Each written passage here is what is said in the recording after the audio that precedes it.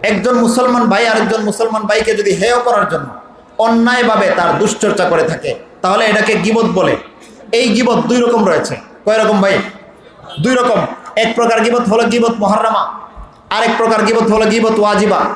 গীবত মুহাররামা কাকে বলে?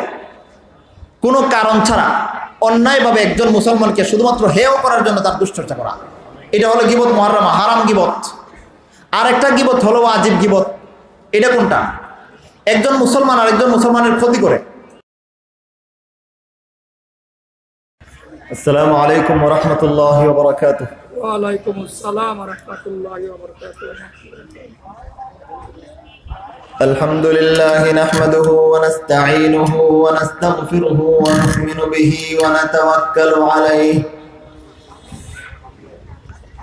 ওয়া নাউযু বিল্লাহি মিন শুরুরি আনফুসিনা ওয়া মিন সাইয়্যাতি আ'মালিনা।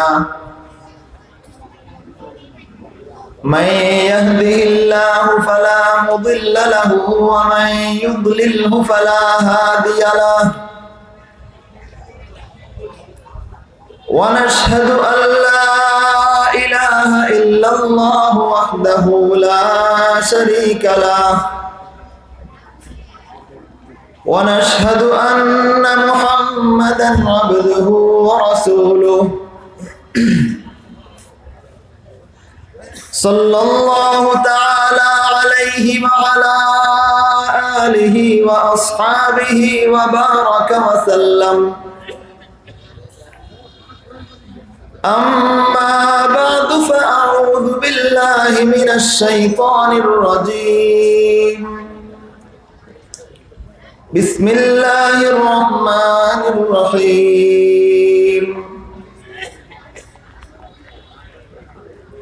يا أيها الذين آمنوا لا يسخر قوم من قوم عسى أن يكونوا خيرا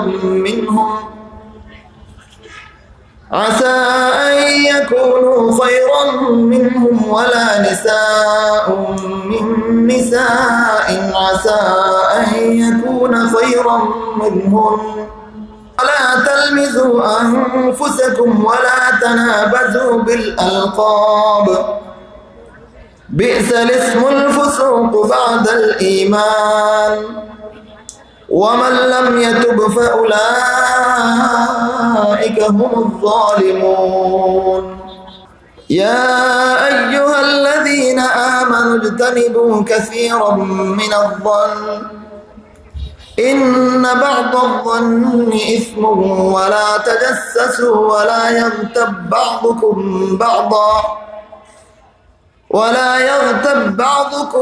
بعضا أيحب أحدكم أن يأكل لحم أخيه ميتا فكرهتموه واتقوا الله إن الله تواب رحيم.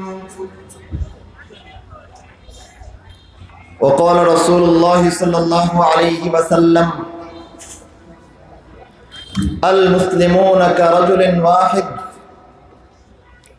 إن اشتكى عينه اشتكى كله وإن اشتكى رأسه اشتكى كله أو كما قال عليه الصلاة والسلام.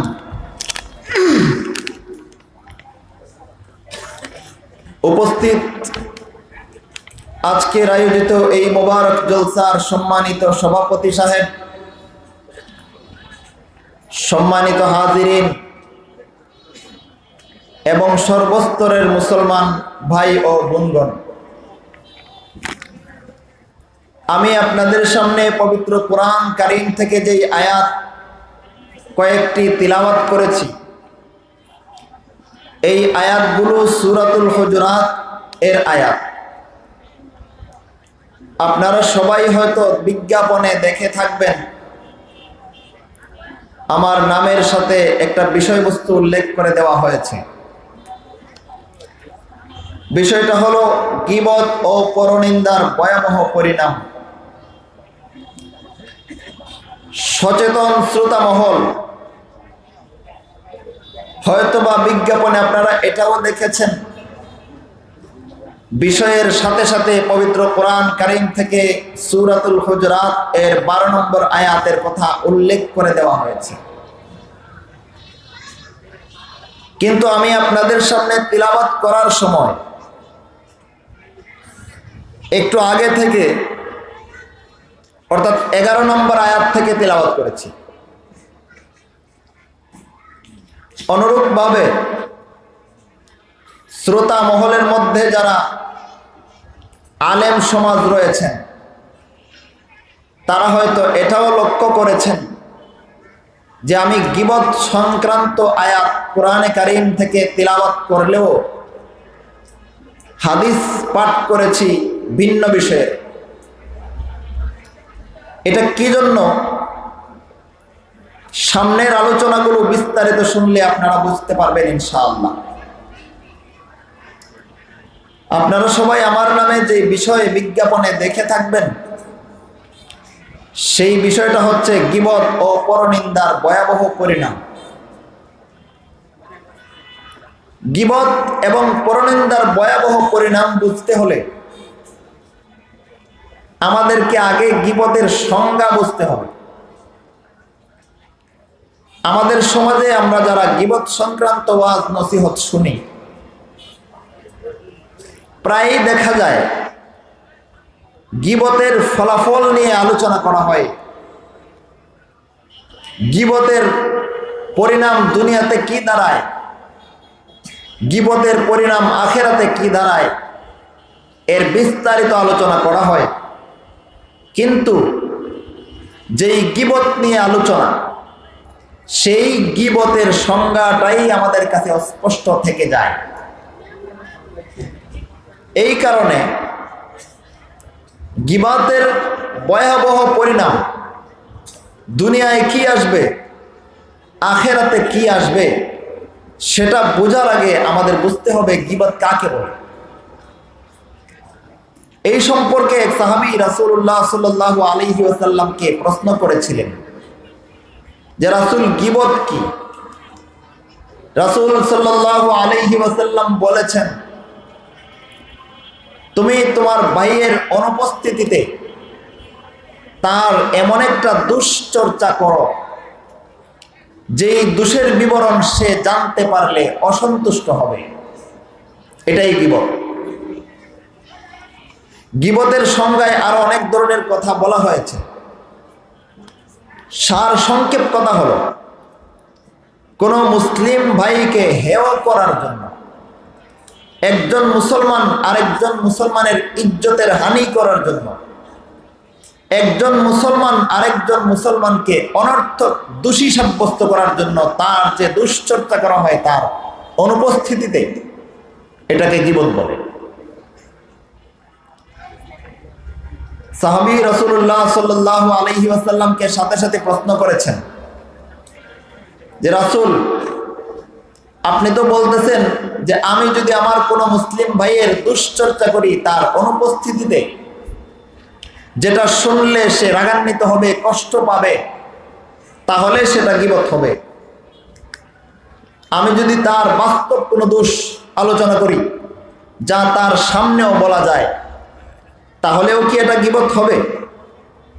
তখন রাসূলুল্লাহ সাল্লাল্লাহু আলাইহি ওয়াসাল্লাম বললেন, দেখো, তুমি তোমার ভাইয়ের এমন দোষ যদি চর্চা করো যেটা বাস্তবেই তার মধ্যে রয়েছে, সেটা তার অনুপস্থিতিতে আলোচনা করলে হয় গীবত। কিন্তু তুমি যদি তোমার কোনো মুসলিম ভাইয়ের এমন কোনো দোষ নিয়ে আলোচনা করো যেটা বাস্তবে তার মধ্যে নেই, তাহলে এটা গীবত না, এটা তহমত, অপবাদ। গীবত আর অপবাদের মধ্যে ব্যবধান আছে কিনা ভাই? ব্যবধান আছে। গীবত বাস্তব সম্মত দোষকে বলা হয়। একজন আরেকজনের অনুপস্থিতিতে এমন কোন দোষের আলোচনা করা যেই দোষ বাস্তবেই তার মধ্যে বিদ্যমান রয়েছে, এটাকে বলে গীবত। আর একজন আরেকজন লোকের উপর এমন কোন দোষ আরোপ করা যেই দোষ বাস্তবে তার কাছে নাই, এটার নাম গীবত না, এটার নাম অপবাদ। এটার শাস্তি আরো ভয়াবহ। গীবতের বেলায় ইসলামী আইনশাস্ত্রবিদগণ ঐক্যমত পোষণ করেছেন যে কেউ যদি কারো গীবত করে সে আল্লাহ তাআলার কাছে কবিরা গুনাহের মুরতাকিব হবে, কবিরা গুনাহগার হবে। কিন্তু এই গীবতের শাস্তি দেওয়ার জন্য ইসলামী রাষ্ট্রের আমিরুল মুমিনিন অথবা ইসলামী রাষ্ট্রের বিচারকের উপর আল্লাহর পক্ষ থেকে কোনো শাস্তি ধার্য করা নাই। যা শাস্তি দেন আল্লাহ দিবেন। কিন্তু অপবাদ এত মারাত্মক এক ভয়াবহ অন্যায় যে গীবত থেকে আরো অনেক গুণ বড়। গীবতের বেলায় শাস্তি যা দিবেন স্বয়ং আল্লাহ রাব্বুল আলামিন দিবেন। দুনিয়ার আদালতে গীবতকারীর কোনো শাস্তি ধার্য করা হয় নাই। কিন্তু কেউ যদি কাউকে অপবাদ দেয়, এই অপবাদ দাতার বিচার সম্পর্কে ইসলামী আইনশাস্ত্রবিদগণ বলেছেন যে তাকে দুর্রা মারা হবে। যারা একজন আরেকজনের উপর এমন কোনো দুশ্চর্চা করে যেই দোষ তার মধ্যে আসলে নেই, মিথ্যা দোষারোপ করা, এই যে অপবাদ, অপবাদের আখিরাতের শাস্তি জাহান্নাম, দুনিয়ার জীবনের শাস্তি। যদি ইসলামী আইন প্রতিষ্ঠিত থাকে তাহলে ইসলামী বিচার বিভাগের অধীনে তাকে শাস্তি দেওয়া হবে। তাহলে গীবত বড় অন্যায় না অপবাদ বড় অন্যায়? অপবাদ বড় অন্যায়। আমরা অনেক সময় মনে করে থাকি অমুক লোকের দুশ্চর্চা করেছি তো কি হয়েছে, আমি এই দোষের কথা তার সামনে দাঁড়ায় বলতে পারবো। অনেককে দেখবেন গীবত সম্পর্কে সচেতন করতে গেলেই এই কথাটা বলে। একজন আরেকজনের গীবত করতেছে, দুশ্চর্চা করতেছে। যদি বলেন ভাই গীবতের আলোচনা বাদ দেন, একজন মুসলমান আরেকজন মুসলমানকে অনর্থক হেয় করার কোনো প্রয়োজন নেই। একজন মুসলমান আরেকজন মুসলমানকে অনর্থক তার মর্যাদা হানি করার কোনো প্রয়োজন নাই, বাদ দেন। তখন আমাদের অনেকে বলে যে আমি কি অন্যায় করেছি, সে যেই দুষ্টা করে আমি তো সেই দুষ্টার কথাই বলতেছি। আরে ভাই যেই দুষ্টা সে করে এইটার কথা বলাটাই তো গীবত।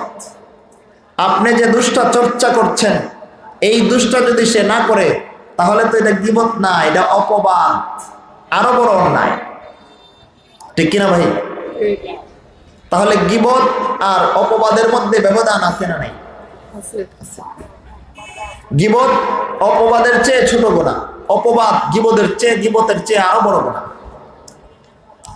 বলতেছিলাম আমাদের আজকের আলোচ্য বিষয় গীবত ও পরনিন্দার ভয়াবহ পরিণাম। আগে বুঝতে হবে গীবত কাকে বলে। ইতিমধ্যে সামান্য সময়ে আমরা হাদিসের আলোকে যে আলোচনা শুনতে পেলাম, আমরা বুঝতে পেরেছি তো যে গীবত কাকে বলে। সার সংক্ষেপ কথায় একজন মুসলমান আরেকজন মুসলমানকে হেয় করার জন্য, একজন মুসলমান আরেকজন মুসলমানকে অনর্থক অপদস্থ করার জন্য তার বাস্তবসম্মত যেই দুশ্চর্চা করে থাকে তার অনুপস্থিতিতে এটাকে গীবত বলে। কিন্তু একজন মুসলমান যদি আরেকজন মুসলমানের উপর এমন কোনো দোষ আরোপ করে যেটা বাস্তবে তার মধ্যে নাই, এটা গীবত নয়, এটা গীবতের চেয়ে আরো বড় অন্যায়, অপবাদ।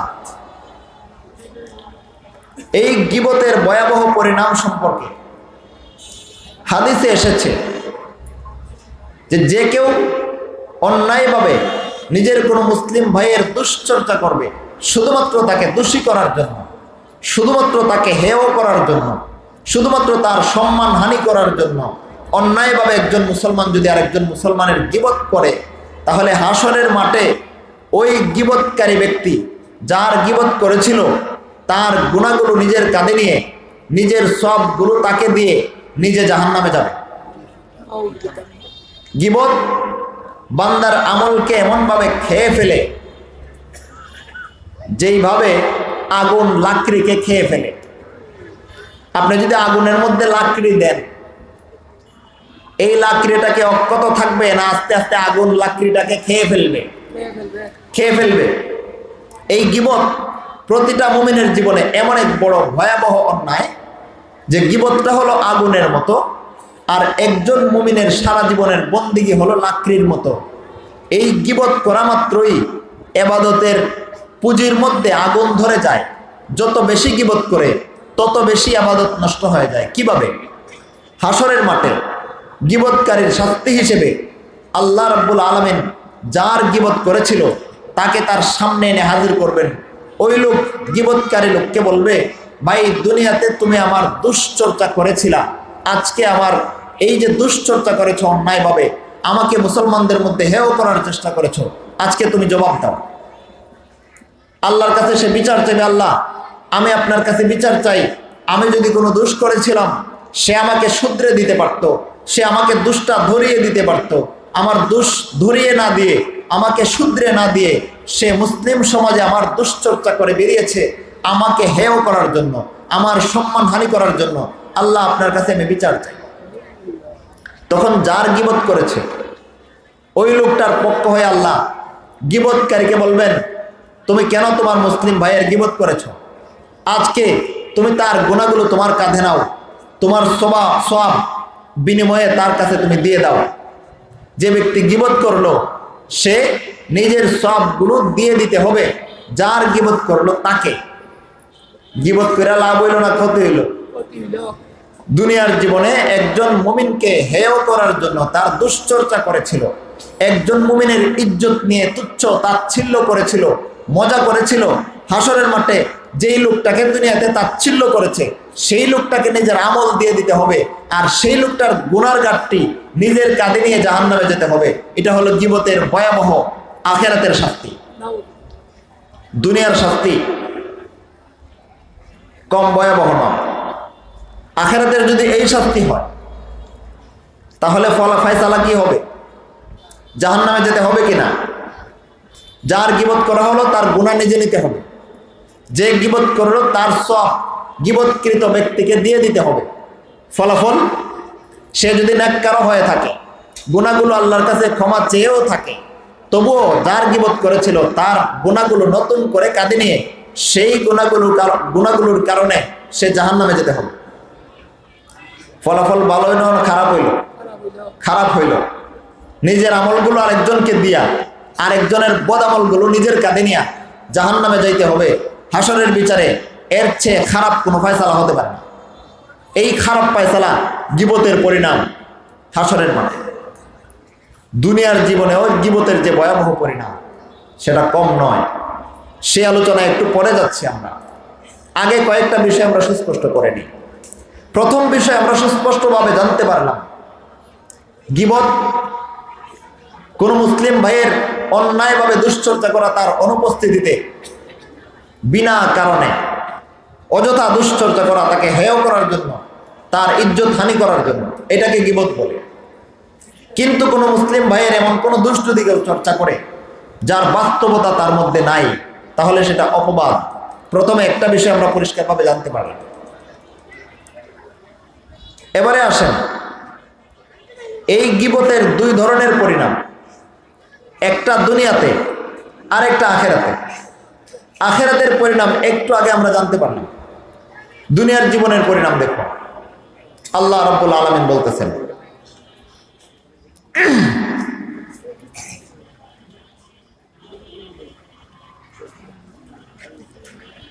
ইয়া আইয়ুহাল্লাযীনা আমানু ইজতানিবু কাসীরাম মিনায-যন্নি ইন্না বা'দায-যন্নি ইসম ولا تجسسوا ولا يغتب بعضكم بعضا أيحب أحدكم أن يأكل لحم أخيه ميتا فكرهتموه واتقوا الله إن الله تواب رحيم। আল্লাহ রাব্বুল আলামিন বলতেছেন, হে ইমানদারগণ, ইজতানিবু কাসীরাম মিনায-যন্ন, তোমরা একে অন্যকে বেশি বেশি ধারণা করা থেকে দূরে থাকো। একে অন্যকে বেশি বেশি ধারণা বলতে আল্লাহ কি বুঝিয়েছেন? অনেক সময় দেখবেন, ছোট্ট একটা উদাহরণ দেই সহজে বোঝার জন্য। চার বন্ধু এক জায়গায় মিলে গল্প করতেছেন, এর মধ্যে হঠাৎ করে গল্পের ছলে দুই বন্ধু আপনাদের আড্ডার স্থান থেকে উঠে একটু দূরে চলে গেল। যাওয়ার পরে কানে কানে দুইজনে কথা বলল। চারজন লোক, তিনজন না। কিন্তু এই চারজন আর তিনজনের ব্যবধান কেন করতেছি? এটাও একটু বোঝার চেষ্টা করতে হবে। একটা হাদিসে এসেছে রাসূলুল্লাহ সাল্লাল্লাহু আলাইহি ওয়াসাল্লাম বলেছেন, তোমরা যখন তিনজন একসাথে থাকো তখন একজনকে একা রেখে বাকি দুইজনে কানাঘুষা করো না। কেন? কারণ সেই একজন যে আলাদা থেকে যাবে, যদিও তাকে নিয়ে কোনো দুশ্চর্চা বাকি দুইজন করে না, তারপরও তার ভিতরে সন্দেহ আসতে পারে, হয়তো আমার ব্যাপারে কোনো খারাপ কথা মনে হয় এরা একজনে আরেকজনকে বলতেছে, এই ধারণা আসার সুযোগ থাকে। কারণ একজনকে একা রেখে দুইজনে কথা বললে সেখানে আড়াল করা হলো কয়জনকে? একজনকে। সেই একজনের মনের ভিতরে কথাটা স্বাভাবিকভাবে আসতেই পারে। এই কারণে হাদিসে নিষেধ করা হয়েছে যে তোমরা যদি তিনজন একসাথে থাকো তাহলে কোনো জরুরি বিষয় হলেও একজনকে আলাদা রেখে বাকি দুইজন কানাঘুষা করো না। অগত্যা যদি বেশি প্রয়োজনীয় কিছু হয় তাহলে সেই একজন থেকে অনুমতি নিয়ে নিতে হবে যে ভাই আমরা একটা মাখসুস বিষয়ে, একটা বিশেষ বিষয়ে আলোচনা করতে চাই, যেটা আমাদের এখানকার আলোচ্য বিষয় না, আপনি অনুমতি দিলে আমরা দুইজনে আলাদা একটু আলোচনা করতে চাই। তখন ওই মুমিন ভাই যদি অনুমতি দিয়ে দেয়, ঠিক আছে ভাই আপনাদের মাখসুস আলোচনা, বিশেষ আলোচনা। ভাই মাখসুস কেন বলতেছি জানেননি? আজকাল মুসলমান সমাজের অধিকাংশ ইসলামী পরিভাষাগুলোকে ইহুদি খ্রিস্টানদের আন্তর্জাতিক ভাষাগত বিশ্বায়ন গিলে ফেলেছে। কথাটা কি বলেছে একটু মনোযোগ দিয়ে শুনলে সহজে বুঝতে পারবেন। ইসলামী শরীয়তের পরিভাষা, ইসলামের শিক্ষা অনুযায়ী, ইসলামের আদর্শ, কৃষ্টি, কালচার অনুযায়ী একটা শিক্ষা রয়েছে। একজন মুমিন যদি আরেকজন মুমিনের কোনো উপকার করে তাহলে তাকে এই উপকারের জবাবে বলতে হয় জাযাকাল্লাহ, আল্লাহ তোমাকে উত্তম প্রতিদান দান করেন। এটা নববী শিক্ষা।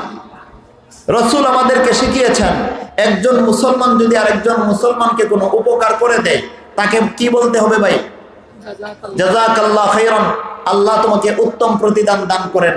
এই পরিভাষাটা আন্তর্জাতিক ইহুদি খ্রিস্টানদের ভাষাগত বিশ্বায়ন এর যেই পরিভাষাটা ইসলামের এই পরিভাষাকে গিলে ফেলেছে, সেই পরিভাষাটা হলো থ্যাঙ্কস। বলেনি একজন আরেকজনকে একটু উপকার করে দিলে ভাই থ্যাঙ্কস, অথবা থ্যাংক ইউ। থ্যাঙ্কস মানে অনেকগুলো ধন্যবাদ, আর থ্যাংক ইউ মানে তোমাকে ধন্যবাদ।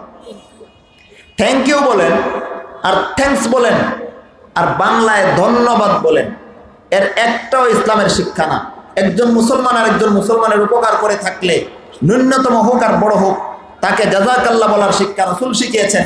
সেই জাযাকাল্লাহকে গিলে ফেলেছে থ্যাঙ্কস।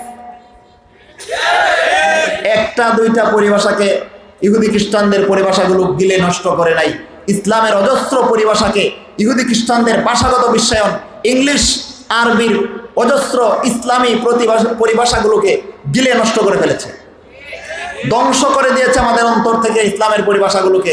সেইখানে ইহুদি খ্রিস্টানদের আন্তর্জাতিক ভাষাগত বিশ্বায়নের পরিভাষা আমাদের বুকে বপন করে রেখেছে, আর আমাদের ভিতর থেকে ইসলামের পরিভাষাগুলোকে ধ্বংস করে ফেলেছে। এর মধ্যে একটা হলো থ্যাঙ্কস, আরো কয়েকটা বলবো নাকি? আশ্চর্য কোনো কিছু দেখলে ইসলামী শিক্ষা অনুযায়ী কিছু বলার শিক্ষা ইসলাম দেয় কিনা? কি সেটা ভাই?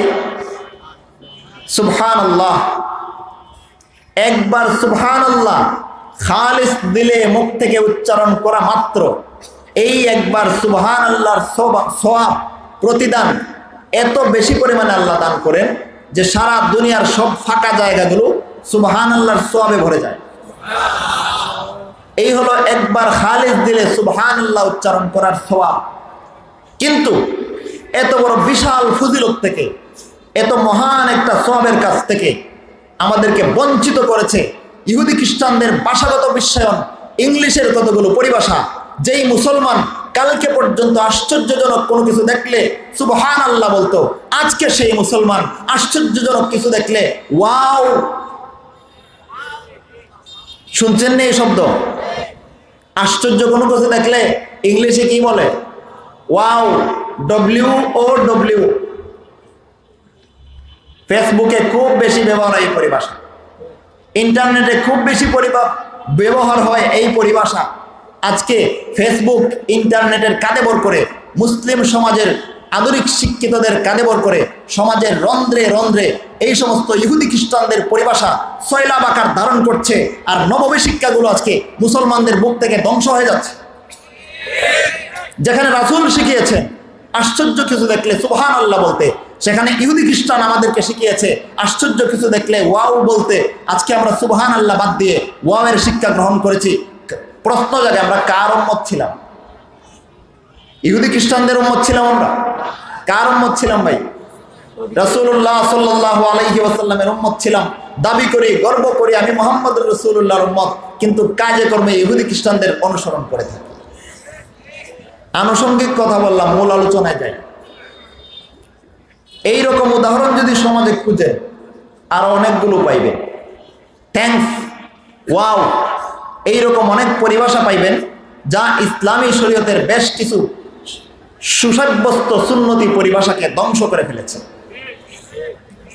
কেউ কাউকে বিদায় দেওয়ার সময় ইসলামী নীতিমালা অনুযায়ী কোনো শিক্ষা আছে না নাই?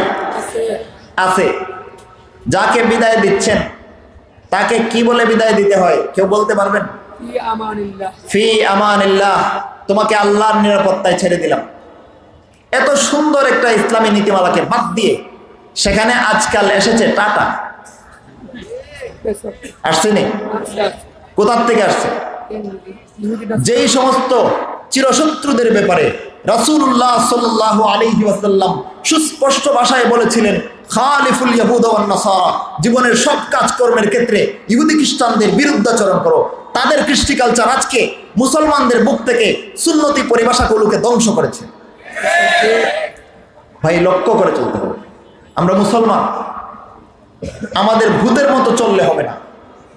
আমরা মুসলমান, আমাদের জীবনের প্রত্যেকটা কাজ কর্মের হিসাব আল্লাহর কাছে দিতে হবে। আমাদের জীবনের প্রত্যেকটা কথার হিসাব আল্লাহর কাছে দিতে হবে। আমাদের জীবনের প্রতিটা আমলের হিসাব আল্লাহর কাছে দিতে হবে। সুতরাং ভূতের মতো কাজ করলে, ভূতের মতো আমল করলে, ভূতের মতো লাগামহীন চলাফেরা করলে আমরা মুসলমান পরিচয় দিয়ে আল্লাহর কাছে নাজাত পাইতে পারবো না। মুসলমান পরিচয় দেওয়া মাত্রই আমাকে হালাল হারাম বুঝতে হবে, আমাকে জায়েজ না জায়েজ বুঝতে হবে, আমাকে ইসলাম অনিসলামিকতার দ্বন্দ্ব বুঝতে হবে, আমাদেরকে ইসলাম আর কুফরের দ্বন্দ্ব বুঝতে হবে, মুসলমানদের পক্ষে থাকতে হবে, কাফেরদের বিরুদ্ধে থাকতে হবে। আনুষঙ্গিক কথা বলবো, মূল আলোচনায় যাই। বলতেছিলাম এই গীবতের পরিণাম সম্পর্কে আল্লাহ পবিত্র কোরআনের সূরা আল হুজুরাতের 12 নম্বর আয়াতে যা আলোচনা করেছেন, এখানে আল্লাহ বলেছেন ইয়া আইয়ুহাল্লাযীনা আমানু, হে ঈমানদারগণ, ইজতানিবু কাসীরাম মিনাজ-যান, তোমরা বেশি বেশি ধারণা করা থেকে দূরে থাকো। এখানে আমরা উদাহরণস্বরূপ আলোচনা করেছিলাম যে যদি 4 জন মানুষ একসাথে বসা থাকে আর 2 জন মানুষ কানা ঘুষা করে, কানে কানে কথা বলে, তাহলে বাকি 2 জন সন্দেহ করার কোনো সুযোগ নাই।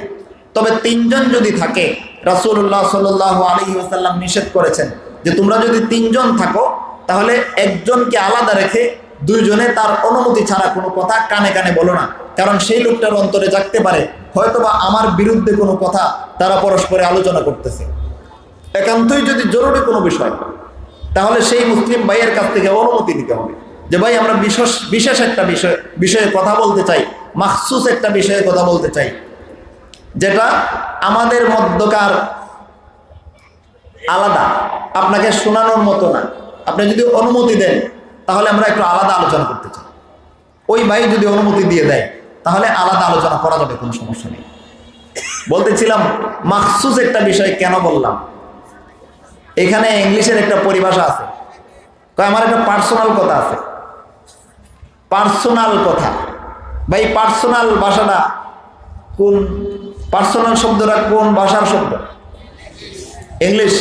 অনেকে প্রশ্ন করতে পারেন যে ইংলিশ পড়া কি তাইলে হারাম হয়ে গেল? কিছু অতি বুঝদার আমাদের সমাজে বসবাস করে, এরা কথার আগাগোড়া বোঝার আগেই পাল্টা প্রশ্ন করে বসে। প্রশ্ন করে তাহলে কি ইংলিশ পড়া হারাম হয়ে গেল? না, ইংলিশ পড়াটাকে আমরা হারাম বলতেছি না। যতটুকু ইংলিশ না জানলে দুনিয়াতে স্বাভাবিক জীবনযাপন করার ক্ষেত্রে কোনো ক্ষেত্রে আটকা পড়ে যেতে হয়, ক্ষতিগ্রস্ত হতে হয়, সেই সমস্ত ক্ষেত্র থেকে বাঁচার জন্য যেই পরিমাণ ইংলিশ জানা দরকার যেই পরিমাণ বিজ্ঞান জানা দরকার, যেই পরিমাণ ভূগোল জানা দরকার, সেই পরিমাণ জানা অবশ্যই জায়েজ আছে, দরকার আছে। কিন্তু এই অজুহাত দিয়ে ভাষাগত বিশ্বায়ন, ইহুদি খ্রিস্টানদের ভাষাগত বিশ্বায়ন মুসলমানদের গাড়ে চাপিয়ে দেওয়া যাবে না। এই অজুহাত দিয়ে ইসলামের সুসাব্যস্ত সুন্নতি পরিভাষাগুলোকে ধ্বংস করে কাফের মুরতাদদের ভাষা মুসলমানদের গাড়ির উপর চাপিয়ে দেওয়া যাবে না। যেই পরিভাষা রাসূল শিখিয়েছেন সেই পরিভাষাকে সেই পরিভাষার জায়গায় রাখতে হবে। ইংলিশ প্রয়োজনে শিখে থাকেন আলাদা কথা, কিন্তু ইসলামের কোনো পরিভাষাকে বিলুপ্ত করে ইংলিশ শেখা যাবে না। ইংলিশ আলাদা প্রয়োজনে শিখবেন, ভালো কথা। ইসলামের কোনো সুসাব্যস্ত কৃষ্টি কালচার সভ্যতাকে বিলুপ্ত করে দিয়ে ইহুদি খ্রিস্টানদের ভাষাগত বিশ্বায়ন, ইংলিশের কোনো পরিভাষা মুসলিম সমাজের মধ্যে চালু করা যাবে না। বলতেছিলাম, একজন মুসলমান যদি আলাদা থাকে, বাকি দুইজন মুসলমান যদি মাখসুস কোনো কথা বলতে চায়, আমি পার্সোনাল কথা বলি নাই, আমি আরবিতে বলছি, আল্লাহর কোরআনের ভাষায় মাখসুস একটা কথা সহজে বোঝার জন্য বাংলায় বলতে পারি, বিশেষ একটা কথা দুইজন আলোচনা করতে চায়, যা তৃতীয় জনকে শোনানোর উপযুক্ত না, তাহলে অনুমতি নিয়ে নেবে যে ভাই আপনি একটু আলাদা বসেন, আমাদের একটু বিশেষ কিছু কথা আছে, অনুমতি দিলে আলাদা আলোচনা করতে পারবেন।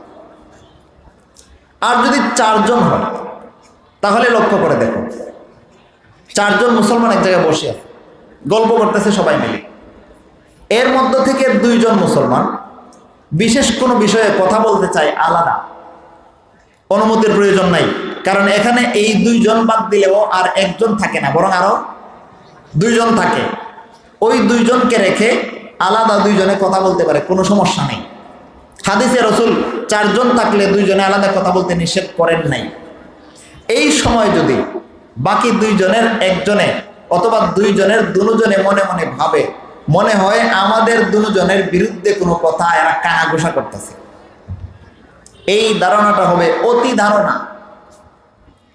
অতি ধারণা, কিছু ধারণা আছে বাস্তবসম্মত, আর কিছু ধারণা আছে অতি ধারণা, আসলে ধারণার কোনো বাস্তবতা নাই, মনে মনে বিরক্ত হয়, মনের কলায়, মানে মনে মনে মন কলা খায়, যারা বলে এর মনের বাগে মন রে খায়, মনে করে কি জানে আমার বিরুদ্ধে কি জানি বলতেছে।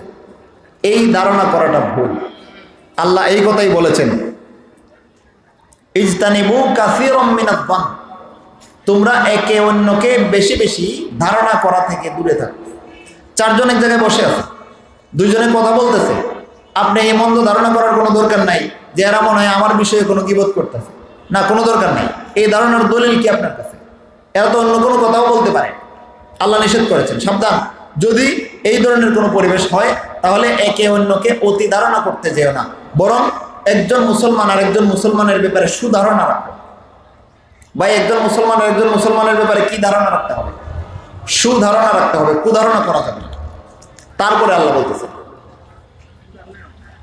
ইন্না বা'দায যান্নি ইসম, নিশ্চয়ই কিছু ধারণা গুনাহের কাজ।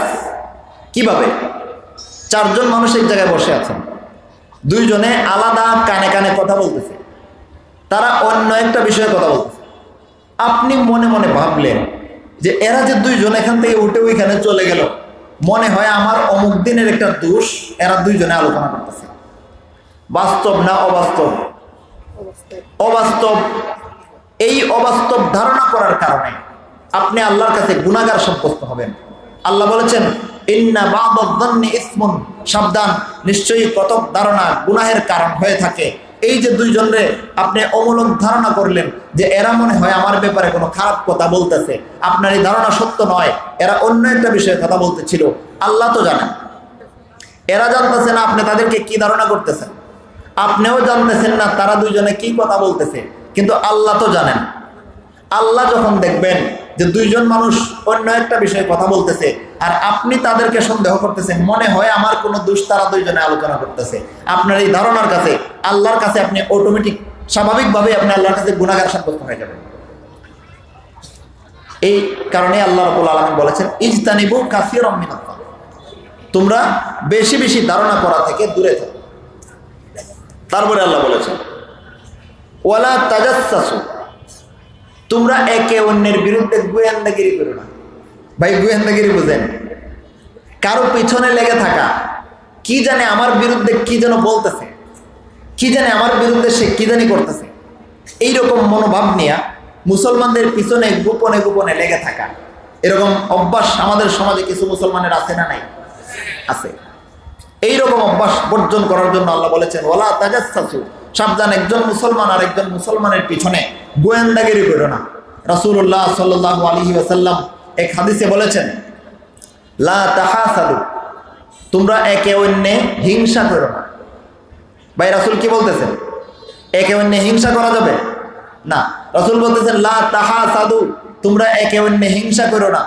এরপরে রাসূল বলতেছেন ওয়ালা তাদাবারু, তোমরা একে অন্যের পিছনে লেগে থেকো না। কি জানে আমার বিরুদ্ধে কোনো দোষ বলতেছে, অথবা অমুকরে নিয়ে একটু দোষী বানাইতে পারি, তার পিছনে লাগিয়ে থেকে দেখি তার নিয়ে কোনো দোষ পাই, সমাজের মধ্যে রটাইয়া দিয়া তাকে বেইজ্জত করব।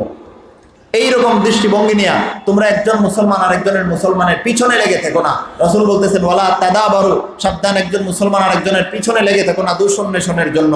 এরপরে রাসূল বলতেছেন ওয়ালা তাবাগাদু, সাবধান তোমরা একে অন্যের সাথে শত্রুতা পোষণ করো না। একজন মুসলমান আর একজনের মুসলমান, একজন মুসলমান আর একজন মুসলমানের শত্রু না বন্ধু? বন্ধু। শুধু বন্ধু নয়, আল্লাহ বলেছেন ভাই ভাই। এই আলোচনা একটু পরে আসতেছে। গীবতের আলোচনার আগে আল্লাহ কেন মুসলিম ভ্রাতৃত্বের আলোচনা করলেন সেই গুরুত্বপূর্ণ আলোচনাটা শেষে আসবে। আপাতত আমরা উদাহরণটা বোঝার চেষ্টা করি। রাসূল হাদিসে বলেছেন লা তাহাসাদু, তোমরা একে অন্যকে হিংসা করো না। ওয়ালা তাদাবারু, তোমরা একে অন্যের পিছনে লেগে থেকো না। ওয়ালা তাবাগাদু, তোমরা একে অন্যকে দুশমন বানায়ো না। তারপরে রাসূল বলতেছেন ওয়া কুনু ইবাদাল্লাহি ইখওয়ানা, তোমরা এক আল্লাহর বান্দা হিসেবে ভাই ভাই হয়ে যাও। ভাই এক আল্লাহর বান্দা হিসেবে মারামারি করতে হবে না, ভাই ভাই হয়ে যেতে হবে। রাসূল ভাই ভাই হয়ে যাওয়ার কথা বলেছেন।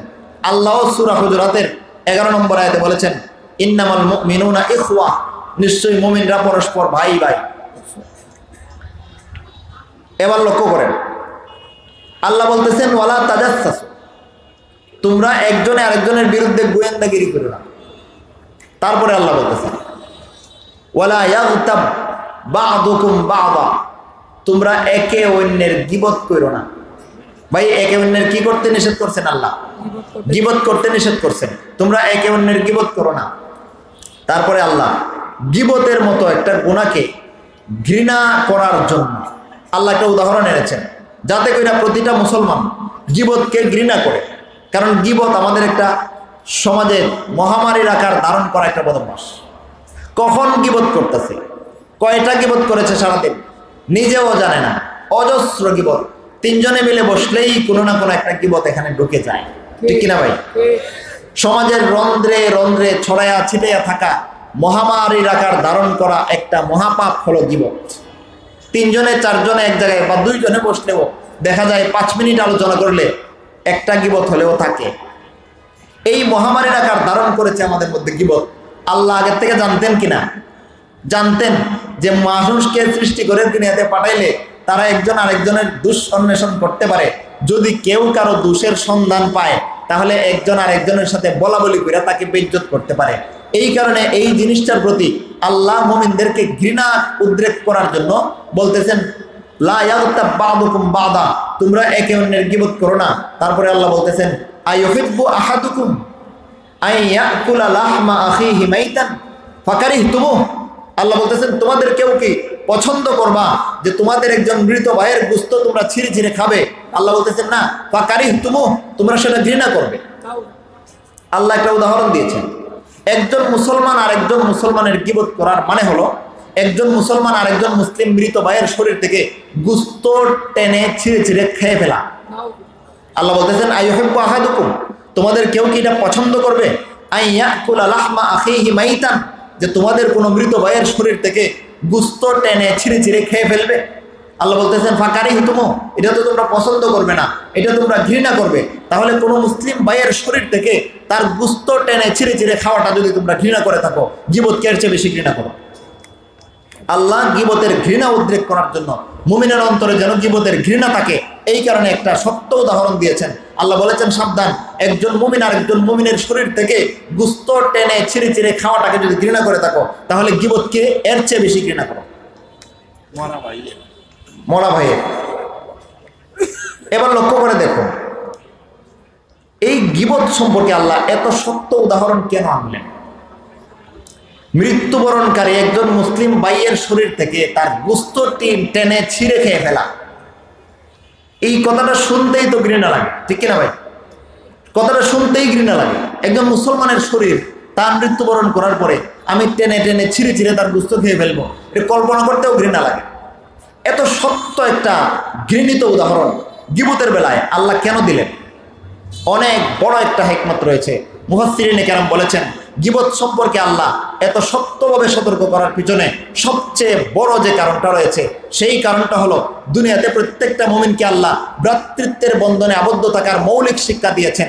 গীবতের মাধ্যমে মুসলিম ভ্রাতৃত্বের বন্ধন ক্ষতিগ্রস্ত হয়, গীবতের মাধ্যমে মুসলমানদের পারস্পরিক সম্পর্ক নষ্ট হয়, গীবতের মাধ্যমে পরস্পরের ঝগড়ার সৃষ্টি হয়, গীবতের মাধ্যমেই এক পর্যায়ে মারামারি কাটাকাটি সৃষ্টি হয়। একটু উদাহরণ দিই, সহজে বুঝবেন। পুরান বাজারে উবাহাটার একজন লোক আসলো, আইসা পুরান বাজারের একজন ব্যবসায়ীকে বলল যে তোমার পাশের যে দোকানদার এ বড় বদতমিজ। কি করে? তার বেশি বেশি দাম রাখে, তুমি কি ন্যায্য মূল্যে রাখো, তোমার কাছ থেকে আমি মাল কিনি। কয় ঠিক আছে, ভালো কথা, আমার কাছ থেকে মাল কিনবা। কয় রে হের আরো দোষ আছে, হে নামাজ পড়ে না, তোলে তোলে মদ খায়। উবাহাটার একজন লোক পুরান বাজারের একজন লোকরে কি করতেছে? গীবত করতেছে। শেষ পর্যন্ত পুরান বাজারের লোকটা চিন্তা করে দেখলো যে এটা তো উবাহাটার লোক, আমাদের পুরান বাজারের লোক না। এই উবাহাটার লোকের কথায় আমার পুরান বাজারের আরেকজন লোকের উপরে এত বড় অসম্মান, এটা আমি মেনে নিতে পারবো না।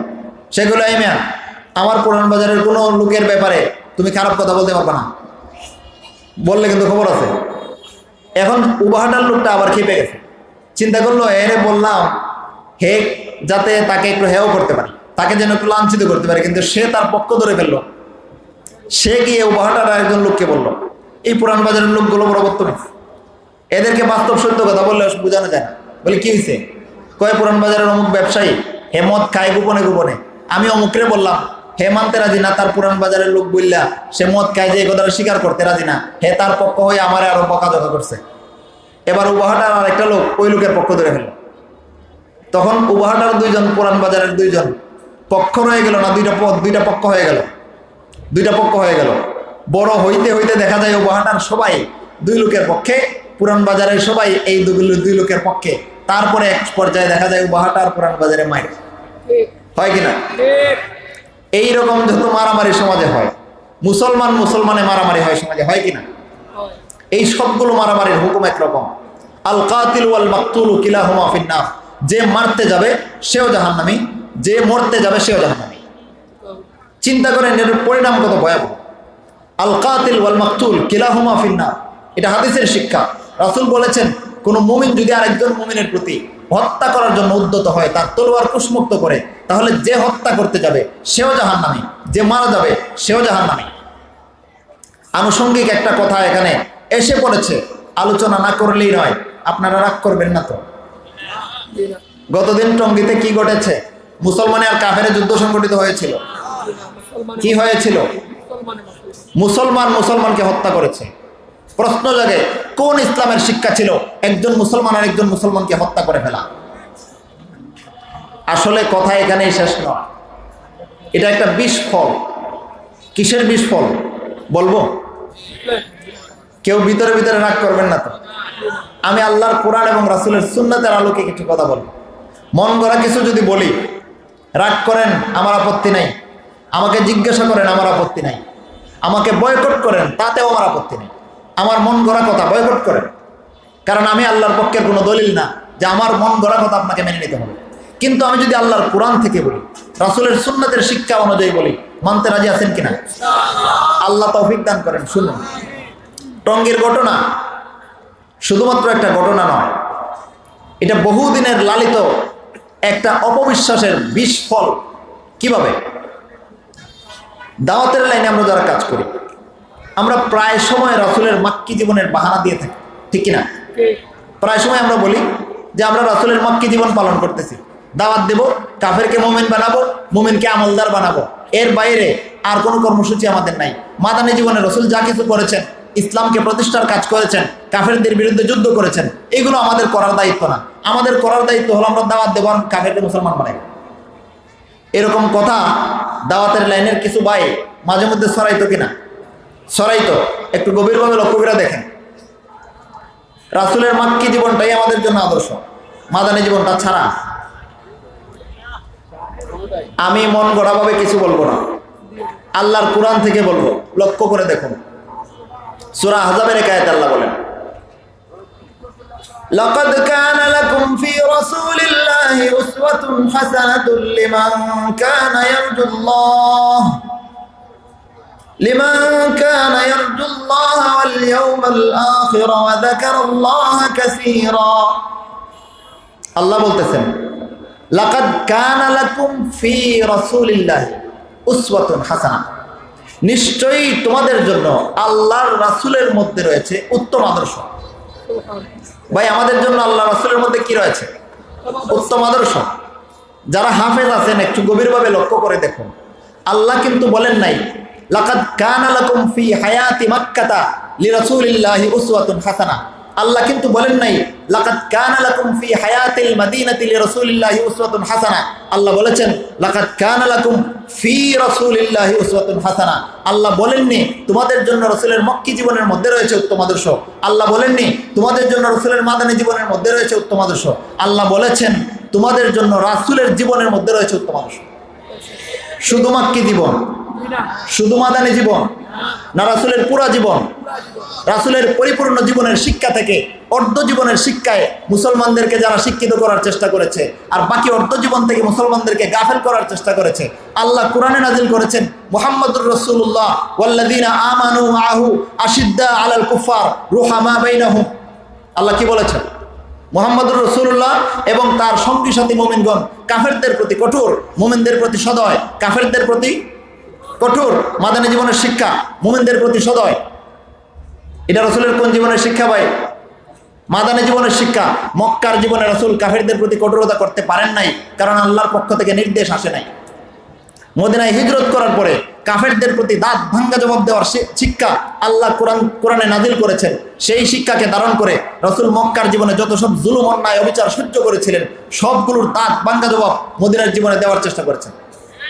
কিন্তু দাওয়াতের লাইনে কাজ করতে গিয়ে রাসূলের মাদানী জীবনকে হেয়, তুচ্ছ, তাচ্ছিল্য করে মাদানী জীবনের বিরুদ্ধে যুক্তি দিয়ে মক্কি জীবনকে সারা বিশ্বে প্রতিষ্ঠা করার চেষ্টা যারা করেছে, আজকে তারাই মুমিনে মুমিনে লড়াই করেছে। দুঃখজনক সত্য। অথচ একজন মুমিন আরেকজন মুমিনের বিরুদ্ধে যুদ্ধ করার শিক্ষা ইসলাম দেয় নাই। একজন মুমিন আরেকজন মুমিনের ভাই ছিল, সেটা কোরআনের শিক্ষা ছিল, সেটা আল্লাহ রাসূলের সুন্নাতের শিক্ষা ছিল।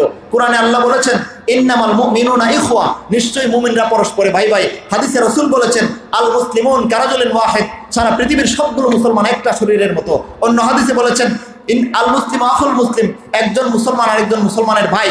এই ভাই ভাইয়ের মধ্যে কোনো লড়াইয়ের শিক্ষা ইসলাম দেয় নাই, বরং রাসূল ভয় প্রদর্শন করেছেন। কোনো মুসলিম ভাই যদি আরেকজন মুসলমান ভাইয়ের বিরুদ্ধে তার তরবার উত্তোলন করে, তাহলে রাসূল বলেছেন আল কাতিল ওয়াল মাকতুল কিলাহুমা ফিন্নার, যেই মুসলমান একজন মুসলমানকে হত্যা করতে যাবে সেই হত্যাকারী মুসলমান জাহান্নামী, যেই মুসলমান নিহত হতে যাবে সেও জাহান্নামী। মুমিনে মুমিনে মারামারি করার শিক্ষা রাসূল দিয়েছিলেন নাকি ভ্রাতৃত্বের শিক্ষা দিয়েছিলেন? মারামারি কার সাথে? কাফেরদের সাথে। কাতিলুহুম ইউআযিবহুমুল্লাহু বিআইদিকুম, আল্লাহ বলেছেন কাফেরদেরকে হত্যা করতে থাকো, আল্লাহ তোমাদের হাত দিয়ে কাফেরদেরকে শাস্তি দিবেন। রাসূলের বৈশিষ্ট্য বর্ণনা করে আল্লাহ কোরআনে বলেছেন মুহাম্মদুর রাসূলুল্লাহ ওয়াল্লাযীনা মাআহু আশিদ্দাউ আলাল কুফার, মুহাম্মদুর রাসূলুল্লাহ এবং তার সঙ্গী সাথী মুমিনগণ কারা? তারা সাহাবায়ে কেরাম। মুহাম্মদুর রাসূলুল্লাহ এবং সাহাবায়ে কেরাম কাফেরদের প্রতি কঠোর, মুমিনদের প্রতি সদয়। ভাই, কাফেরদের প্রতি কঠোরতার শিক্ষা আল্লাহ দিয়েছেন না দেন নাই? সারাটা জীবন মক্কি জীবনের দোহাই দিয়া যারা রাসূলের মাদানী জীবনের শিক্ষাকে তুচ্ছ তাচ্ছিল্য করেছে, আজকে তাদের মধ্যে মারামারি, মুসলিম ভাইয়ে ভাইয়ে কাটাকাটি করে লাশ। এটা রাসূলের পুরা জীবন থেকে শিক্ষা না নিয়ে শুধুমাত্র মক্কি জীবনের শিক্ষায় গোটা উম্মতকে পঙ্গু করার বিস্ফল। কোনো সময় এটা একজন মুমিনের শিক্ষা হতে পারে না যে একজন মুমিন শুধুমাত্র রাসূলের মক্কি জীবন অনুসরণ করবে, মাদানী জীবন তার জীবন থেকে ছেড়ে দিবে। অথচ আজকে দেখা যায় দাওয়াতের নামে কাজ করতে গিয়ে শুধুমাত্র মাক্কি জীবনের শিক্ষা সারা দুনিয়ার মুসলমানদের কাঁধে চাপিয়ে মাদানী জীবনের শিক্ষা মুসলমানদের হৃদয় থেকে বের করে দেওয়ার অপচেষ্টা করা হচ্ছে। সহজ একটা উদাহরণ দিয়ে বুঝতে পারবেন। বর্তমানে টঙ্গীর যে মারামারি ঘটেছিল, কার কারণে ঘটেছিল? এটা এর মূল হোতাকে সাদ। গোটা তাবলিগ জমাতের মধ্যে হঠাৎ করে এসে যে বিচ্ছেদ সৃষ্টি করেছে, এই সাদের কারণেই তো এই দুর্ঘটনা, তাই না? সাদ কি জিনিস একটু ভালো করে বোঝেন। আজকে থেকে প্রায় 4 থেকে 5 বছর আগে টঙ্গীর ইজতেমার ময়দানে সাদ আমন্ত্রিত ছিল, এসেছে। বয়ানে উঠে বলতেছে, ভাই এটা কিন্তু আমাদের আলোচ্য বিষয় না, কিন্তু আলোচ্য বিষয়কে বোঝাতে হলে এই বিষয়গুলো লক্ষ্য রাখতে হবে। সাদ টঙ্গীর ময়দানে বয়ানে উঠে বলতেছে, আল্লাহ প্রত্যেকটা মানুষকে সৃষ্টি করেছেন জান্নাতে দেওয়ার জন্য। কথা সত্য, মুমিন হোক কিংবা কাফের হোক। আমরা হাদিসের শিক্ষা থেকে জানি আল্লাহ প্রত্যেকটা বনি আদমকে দুনিয়াতে পাঠানোর আগে তার নামে জান্নাতে একটা বাড়ি বরাদ্দ করে দুনিয়াতে পাঠিয়েছেন। যদি মুমিন হয় তাহলে সেই বাড়িটা সে ইন্তেকাল করার পরে পেয়ে যাবে, কিন্তু যদি কাফের হয় তাহলে এই বাড়িটা সে পাবে না। তার নামে বরাদ্দকৃত জান্নাতের বাড়ি আল্লাহ জান্নাতের বিচারের সময় অন্যান্য মুমিনদেরকে বন্টন করে দেবেন। এ কথা সত্য। প্রত্যেকটা মানুষকে আল্লাহ জান্নাতে দেওয়ার জন্য সৃষ্টি করেছেন। তাই দুনিয়ার বুকে আল্লাহ যত মানুষ সৃষ্টি করেছেন সবগুলো মানুষ, চাই মুমিন হোক কিংবা বেদিন হোক, প্রত্যেকটা মানুষের জন্য আল্লাহ জান্নাতে একটা করে বাড়ি বানায় রাখছেন। কথা সত্য। কিন্তু দেখেন সত্য কথার পিঠে মিথ্যা কথাকে কিভাবে জোড়া লাগিয়ে দেয় সাদ। তারপরে সাদ বলতেছে, সুতরাং বোঝা গেল দুনিয়াতে আল্লাহ মানুষ সৃষ্টির পিছনে আল্লাহর সবচেয়ে বড় উদ্দেশ্য হলো আখেরাতের পরিণামে মানুষকে আল্লাহ জান্নাতে দিবেন। কথা সুন্দর কথা। মানুষকে আল্লাহ সৃষ্টি করেছেন জান্নাতে দেওয়ার জন্য, এই কারণে সৃষ্টি করার আগেই জান্নাতে তার নামে একটা বাড়ি বানায় রাখছেন। এরপরে সে বলতেছে, এবার আমরা যদি সূক্ষ্মভাবে লক্ষ্য করি তাহলে আমরা দেখতে পাই যে দাওয়াতের কাজের মাধ্যমে একজন কাফের ইসলাম গ্রহণ করে জান্নাতে যাওয়ার সুযোগ পায়। দাওয়াতের কাজের মাধ্যমে একজন কাফের ইসলাম গ্রহণ করে জান্নাতে যাওয়ার সুযোগ পায়, আল্লাহর উদ্দেশ্য বাস্তবায়ন হয়। আল্লাহ প্রতিটা মানুষকে বানিয়েছেন জান্নাতে দেওয়ার জন্য। তাহলে একজন কাফের যদি কাফের অবস্থায় মারা যায় তাহলে সে তো তার জান্নাতের বাড়িটা পাবে না। সে যদি জান্নাতের বাড়িটা পাইতে হয় তাহলে অবশ্যই কাফেরটাকে মুমিন হয়ে জান্নাতে যাওয়ার ব্যবস্থা করতে হবে। এখন সাদ বলতেছে, দেখেন দাওয়াতের কাজের মাধ্যমে একজন কাফের মুসলমান হয়ে জান্নাতে যাওয়ার ব্যবস্থা হয়, আল্লাহর উদ্দেশ্য পূর্ণ হয়। কথা সুন্দর, কিন্তু এই সুন্দর কথার পিছনে কত বড় বিষ একটু পরে আপনারা বুঝতে পারবেন। এরপরে বলতেছে, বিপরীতে হলো জিহাদ। জিহাদের মাধ্যমে কাফের মুমিনের কাছে নিহত হয়। তারপরে সাদ বলতেছে, দাওয়াতের কাজের মাধ্যমে একজন কাফের ইসলাম গ্রহণ করে জান্নাতে যাওয়ার ব্যবস্থা হয়। আর এর বিপরীতে হলো জিহাদ। জিহাদের মাধ্যমে একজন কাফের মুমিনের কাছে নিহত হয়, নিহত হওয়ার পরে সে আর জান্নাতে যাইতে পারে না, সে জাহান্নামে যায়। কত সুন্দর যুক্তি।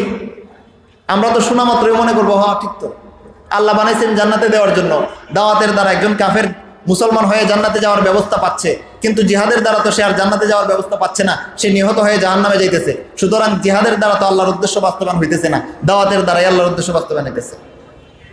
এইরকম দাজ্জালিপনা সে আজকে নতুন করতেছে না, 5-6 বছর আগের থেকে শুরু করেছিল। এবারে এসে চরম আকার ধারণ করেছে, যেই কারণে ওলামায়ে কেরাম সহ্য করতে পারেন নাই। এই দাজ্জালিপনার সূচনা আজকে কালকে হয়নি, এই বছর আর গত বছর হয়নি, 5 থেকে 6 বছর আগের বয়ান টঙ্গীর বিশ্ব ইজতেমার। এটা তখন মুসলমানরা ধরতে পারে নাই কথাটা কি বইলা গেছে। আপনারা একটু গভীরভাবে লক্ষ্য করে দেখেন, রাসূল মক্কার 13 বছরে শুধুমাত্র দাওয়াতের কাজ করেছেন, মানুষকে মুমিন বানাইবার কাজ করেছেন, ঈমান রিসালাতের সাক্ষী এইগুলোর পক্ষে কাজ করেছেন।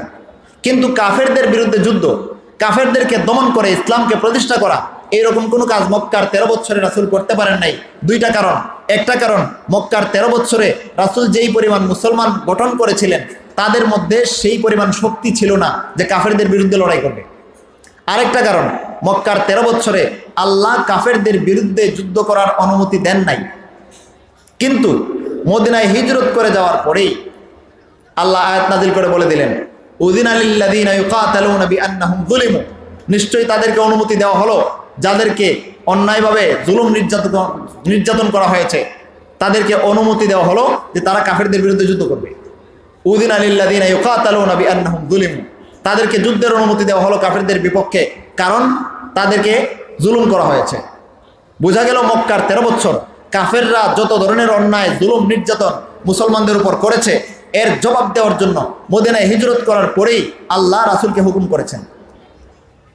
এবার দেখেন রাসূলের রেসালতের জীবনে কয় বছর বলতে পারেন? মক্কায় 13 বছর, মদিনায় 10 বছর। কয় বছর হলো ভাই? 23 বছর। এই 23 বছর হলো প্রত্যেকটা মুসলমানের জন্য রসুলের রেসালতের বা ইসলামের পক্ষে দলিল। এই 23 বছরের ভিতরে রসুল যা কিছু এনেছেন, যা কিছু বলেছেন, সব কিছু ইসলামের দলিল। শুধুমাত্র মক্কার জীবনের গুলো নয়, শুধুমাত্র মদিনার জীবনের গুলো নয়, বরং মক্কার জীবনে আল্লাহ কোরআনে যা নাজিল করেছেন তাও একজন মুসলমানের জন্য শিক্ষা। মদিনার জীবনে আল্লাহ কোরআনে যা নাজিল করেছেন তাও একজন মুসলমানের শিক্ষা। মক্কার জীবনে রাসূল যে পথ পন্থা অবলম্বন করেছেন সেগুলোও মুসলমানের জন্য শিক্ষা। মদিনার জীবনে রাসূল যেই পথ পন্থা অবলম্বন করেছেন সেইগুলোও একজন মুসলমানের জীবনের জন্য শিক্ষা। দেখেন সাদ বলতেছে, কয়েক দাওয়াতের কাজের মাধ্যমে কাফের মুসলমান হয়ে জান্নাতে যাওয়ার সুযোগ পায়। বোঝা গেল এটার দ্বারা আল্লাহর উদ্দেশ্য বাস্তবায়ন হয়। কিন্তু জিহাদের মাধ্যমে কাফের নিহত হয়ে জাহান্নামে যায়, জান্নাতে যাইতে পারে না। সুতরাং জিহাদের দ্বারা আল্লাহর উদ্দেশ্য নষ্ট হয়। এই দাজ্জালের এই কথা যদি আপনি সমর্থন করেন, তাহলে মদিনার 10টা বছর রাসূল যা কিছু করেছেন, আপনাকে বলতে হবে যে মদিনার 10টা বছর রাসূল আল্লাহর মানসা নষ্ট করেছেন, আল্লাহর উদ্দেশ্য ভঙ্গ করেছেন।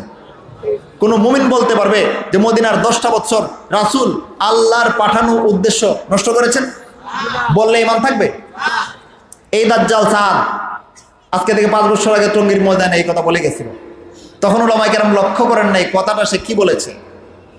দাওয়াতকে ফজিলত দিতে গিয়ে জিহাদকে অস্বীকার করা, দাওয়াতের ফজিলত মানুষের গাড়ে চাপাইয়ে দিতে গিয়া জিহাদকে মানুষের অন্তর থেকে দূরীভূত করে দেওয়া, এই যে একটা জঘন্যতম অন্যায় দাওয়াতের লাইনের কিছু লোকের, এই জঘন্যতম অন্যায়ের প্রায়শ্চিত্ত, এই জঘন্যতম অন্যায়ের বিস্ফল টঙ্গীর ইস্তেমার কোনাকুনি।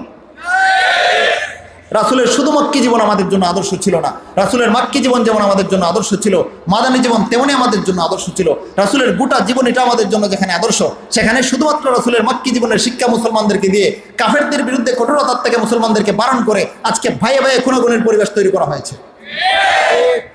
ভাই সাবধান হতে হবে, ফিতনার শেষ নাই এই যুগে। আল্লাহ মুমিনকে মুমিনের ভাই হিসেবে কোরআনে বলেছেন, ইন্নামাল মুমিনুনা ইখওয়া, একজন মুমিন আর একজন মুমিনের ভাই। এতটুকু বলে আল্লাহ ক্ষান্ত হন নাই। আল্লাহ জানেন মুমিন মুমিনের ভাই হলেও কোনো কোনো সময় মতানৈক্য হতে পারে, কোনো কোনো সময় দ্বিধাদ্বন্দ্ব হতে পারে।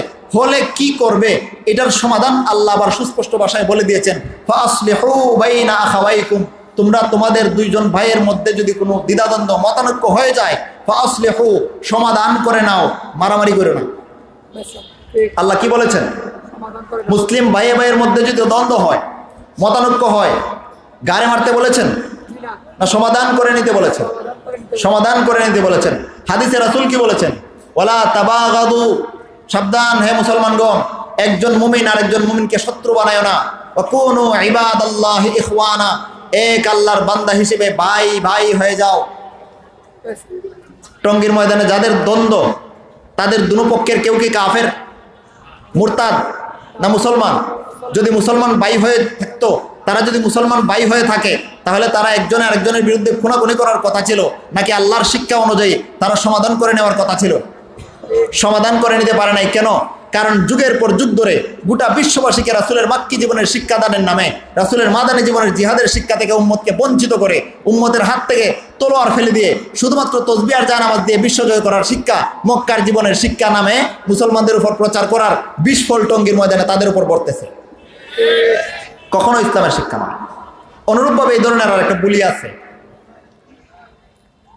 খুব চটকদার একটা বলি।